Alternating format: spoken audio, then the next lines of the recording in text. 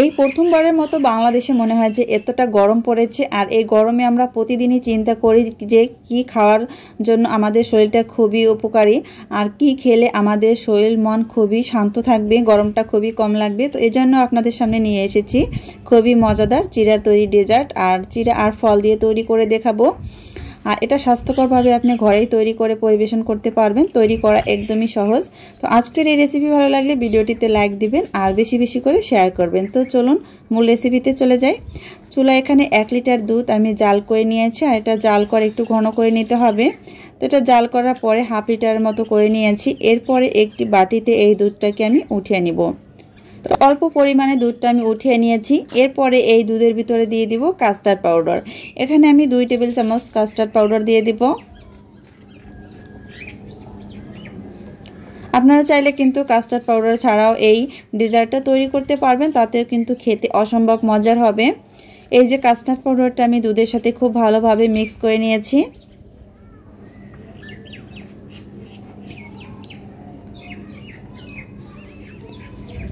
Mix করা হয়ে গিয়েছে। এখন এই দুধের সাথে এটাকে মিক্স করে দিতে হবে।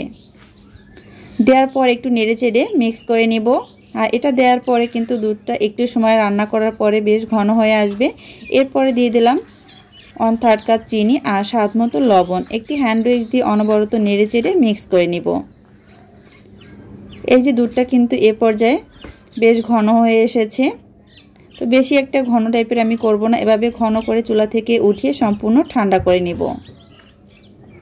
এখন একটি মিক্সিং বোল নিয়েছি, আর এর মধ্যে দিয়ে দিলাম আমি 1.5 কাপ চিড়া।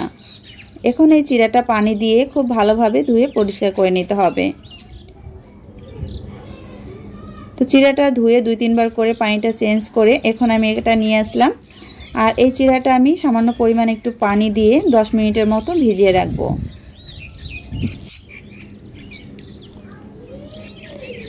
এখন একটি ঢাকনা দিয়ে ঢেকে একটি সাইড করে রেখে দিব।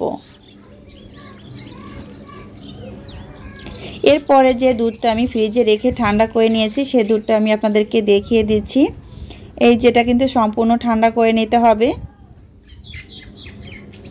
এরপরে এই ডেজার্টটা তৈরি করার জন্য কিছু ফ্রুট কেটে নিয়েছি, আর এটা হচ্ছে আনার, আঙ্গুর, এই যে সবুজ আঙ্গুর, তারপরে কালো আঙ্গুর আর আপেল। আপনারা ইচ্ছা অনুযায়ী যে কোনো ফল এখানে অ্যাড করে নিতে পারেন, খেজুর অথবা আপেল, কলা এগুলো অ্যাড করে নিতে পারেন। এরপর এখানে নিয়েছি আমি কিছু কাঠবাদাম কুচি আর কিছু পেস্তা বাদাম কুচি। আর এদিকে যে চিড়াটা আমি ভিজিয়ে রেখেছিলাম, চিড়াটা কিন্তু সম্পূর্ণ ভিজে গিয়েছে আর পানিটা চিড়ার ভিতরে কোট করে নিয়েছে। এখন এই চিড়ার ভিতরে দুধটা আমি দিয়ে দেব। দুধটা দিয়ে দেওয়ার পরে এখন আমি দিয়ে দেব এই যে ফলগুলি কেটে রেখেছি, সেই ফলগুলি দিয়ে দেব। এই গরমে ভাজা পোড়া খাওয়ার চেয়ে আপনি যদি এভাবে খুব সহজেই ডেজার্টটা তৈরি করতে পারেন চিড়া দিয়ে, তাহলে কিন্তু শরীরটা খুবই ভালো থাকবে। আর এই গরমে মানুষ অসুস্থ বেশি হচ্ছে, আর অসুস্থ বা অস্বস্তিকর লাগবে না এই ঠান্ডা ঠান্ডা যদি ডেজার্টগুলো আপনারা তৈরি করে খেতে পারেন বা বাচ্চাদের খাওয়াতে পারেন। তো আশা করি আজকের এই ডেজার্টের রেসিপি আপনাদের কাছে খুবই ভালো লাগবে। তো ফল আর বাদামটা দেওয়ার পরে উপর থেকে আইসক্রিম দিয়ে আমি ডেকোরেশন করে দিচ্ছি। আর এভাবে যদি ঠান্ডা ঠান্ডা পরিবেশন করেন তাহলে খেতে অসম্ভব মজার হয়ে থাকে।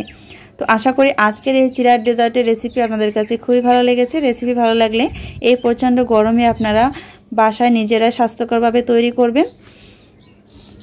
তো আজ এ পর্যন্তই, আবারও হাজির হব আপনাদের সামনে নতুন কোনো মজার মজার রেসিপি নিয়ে।